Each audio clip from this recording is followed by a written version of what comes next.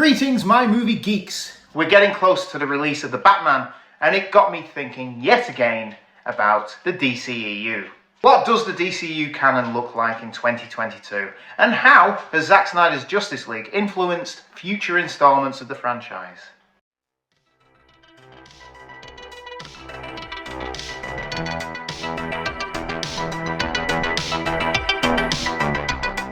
When Justice League debuted in 2017, there was an unmistakable sense of communal disappointment. I should know, I was part of it. After Batman v Superman: Dawn of Justice and Suicide Squad, the DCEU wasn't exactly on a roll, but Patty Jenkins' Wonder Woman gave a ray of hope to a bleak world. Unfortunately, Wonder Woman was a false sense of security, as Justice League bombed both critically and commercially.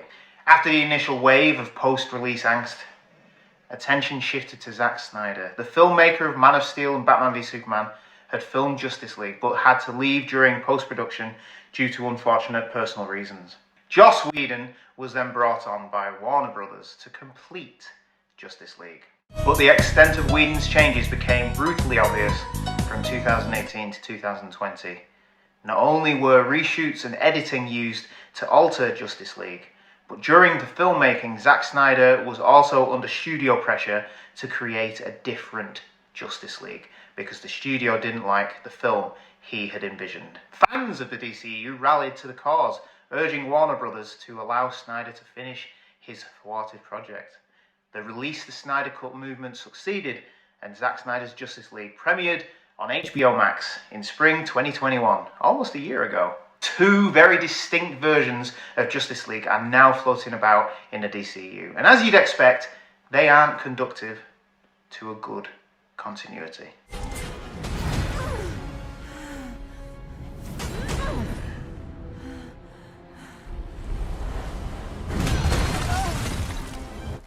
As if Marvel Studios had produced the director's cut of The Avengers that introduced Galactus through a wormhole, and a post-credit scene showing Red Skull helping Captain America survive in an apocalyptic wasteland to defeat Galactus.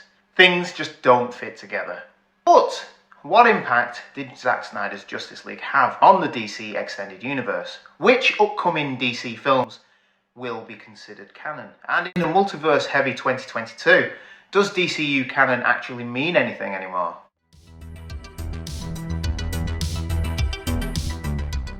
DCU canon is difficult to describe, but if we must define it, the DCU canon begins with Zack Snyder's Man of Steel from 2013. Man of Steel starring Henry Cavill as Superman was never intended to be the start of a shared superhero franchise. But with the MCU exploding and a slew of DC characters ready to make their big screen debuts, Man of Steel marked the official start of the DCEU as we know it. Or, sadly, as we knew it. From there, the DCEU canon begins in a straightforward manner. Wonder Woman tells Diana Prince's origin tale during the First World War, while Batman v Superman comes closely behind Man of Steel. Suicide Squad is a spin-off that remains completely within the DCEU canon, with bits of Ben Affleck's Batman apprehending Gotham City's villains, Harley Quinn and Deadshot. Between the years of 2013 and mid-2017, the DCEU canon is as straightforward and well-defined as Clark Kent's jawline. Things only start going wrong following the release of the Justice League. Or, for lack of a better term, Justice League. Aquaman is a DCEU canon film that was released in 2018. James Wan's superhero debut arrived just after the events of Justice League. Regardless, Aquaman fits in nicely with its predecessors in the DCEU box set, with no major continuity issues until recently. An image released of Aquaman prior to the release of Zack Snyder's Justice League suggests Arthur's father is dead, as there is an urn in the background.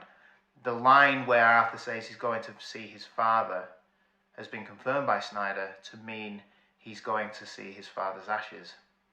So Aquaman may not follow on from Zack Snyder's Justice League. Shazam! Released in 2019, and Birds of Prey released in 2020, despite having no strong ties to the existing DCEU. Zachary Levi's Shazam fits right in with the DCEU, and Margot Robbie's Harley Quinn comes straight out of Suicide Squad. In comparison to previous releases, Aquaman, Shazam and Birds of Prey all rely significantly less on the shared component of DCEU's shared universe. But Shazam does have the headless cameo of Superman wearing the blue and red suit from Justice League, hinting it is part of that continuity, but still hints to the events of Man of Steel and Batman v Superman. As DCEU canon loosens dramatically after Birds of Prey, the Suicide Squad and Wonder Woman 1984 are both technically DCEU canon. However, unlike previous chapters, both films openly distance themselves from that franchise. Outside of Diana's 2017 solo film, Wonder Woman 1984 abandons all continuity, bestowing to the Amazonian princess powers that she inexplicably decides not to use in Batman v Superman, but prefers to pay homage to earlier superhero films such as Superman the movie and Schumacher's Batman movies. They are there. Watch the film. Basically, it takes what the DCEU has done and returns it to what DC movies used to be, which I'd argue isn't the right approach. For the Suicide Squad, James Gunn takes a similarly secluded approach. The Suicide Squad is officially a DCEU sequel that follows Harley Quinn's path after Birds of Prey, which followed on from Suicide Squad. But it gladly goes its own way, even dropping a Superman reference that arguably doesn't fit with Henry Cavill's depiction of Superman. As a result, the DCEU canon can be divided into three eras. Snyder's DCEU, Man of Steel, Batman v Superman, Suicide Squad, Wonder Woman and Zack Snyder's Justice League are all part of a larger interconnected story.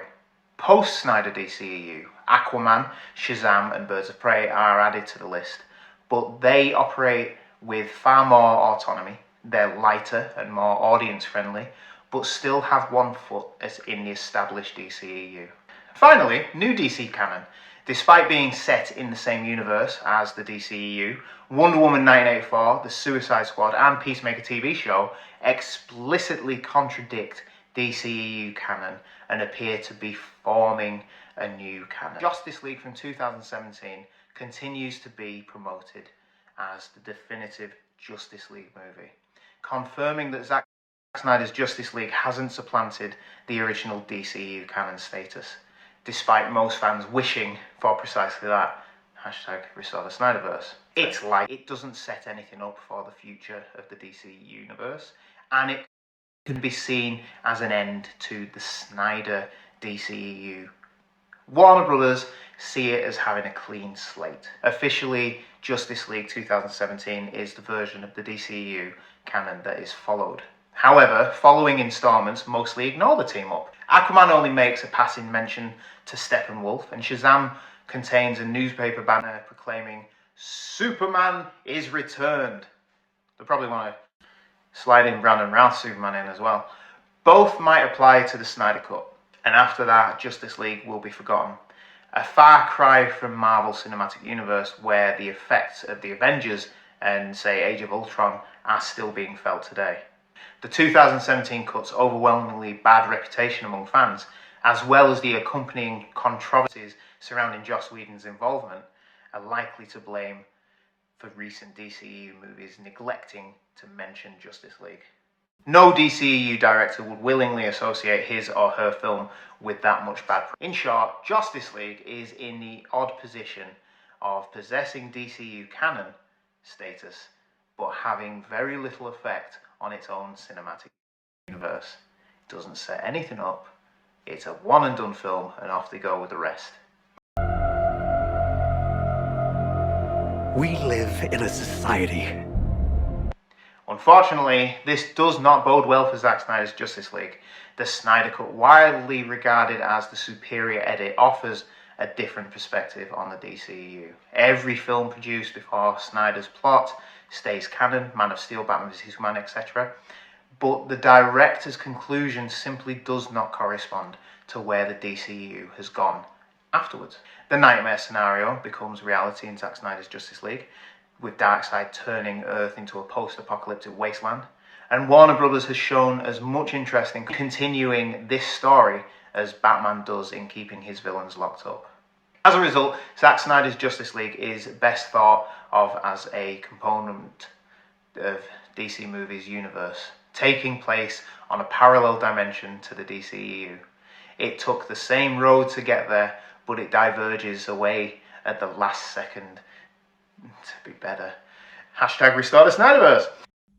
As it stands, the DCEU is up in the air at the moment, with 3 continuities all doing different things, and 3 continuities all being favourites by different people. It's going to come to a head when The Flash is released and that film does what it does, but it's not ruling out anything. Everything's canon so far, but we'll see. I'm Nate the Ultimate Movie Geek, and why not hit that subscribe button and ring that bell. And I'll see you next week for a follow-up to this video, the future of the DCEU. Thanks for watching.